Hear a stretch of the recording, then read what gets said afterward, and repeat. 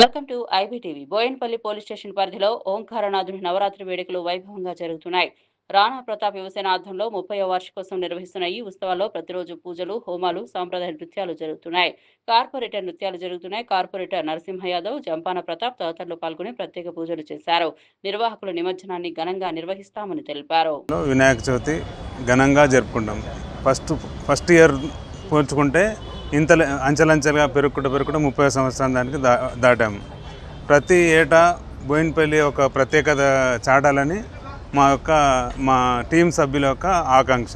అందరితో మాట్లాడినాక మనం ఎట్లా చేద్దాం, ఏం చేద్దాం ఈ సంవత్సరం ప్లాన్ అని అందరితో మాట్లాడి చర్చించాక ఒక డిసిజన్కి వచ్చినాక ఈసారి నెమలి థీమ్లో నెమలి గణేషన్ లాగా థీమ్ మొత్తం కాన్సెప్ట్ నెమలితోని చేద్దామని, కలర్తో కాంబినేషన్ చేద్దామని నిశ్చయించుకున్నాం.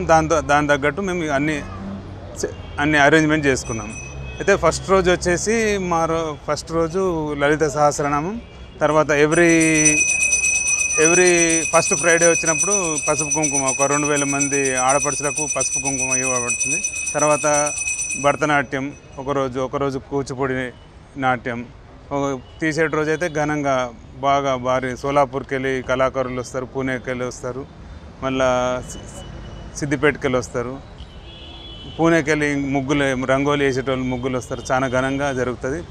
మా యొక్క మనవి మీరందరూ ఒకసారి మా వినాయకుడిని ఒకసారి దర్శించుకొని ఆయన అనుగ్రహానికి పాత్రలు కావాలని కోరుకుంటాం.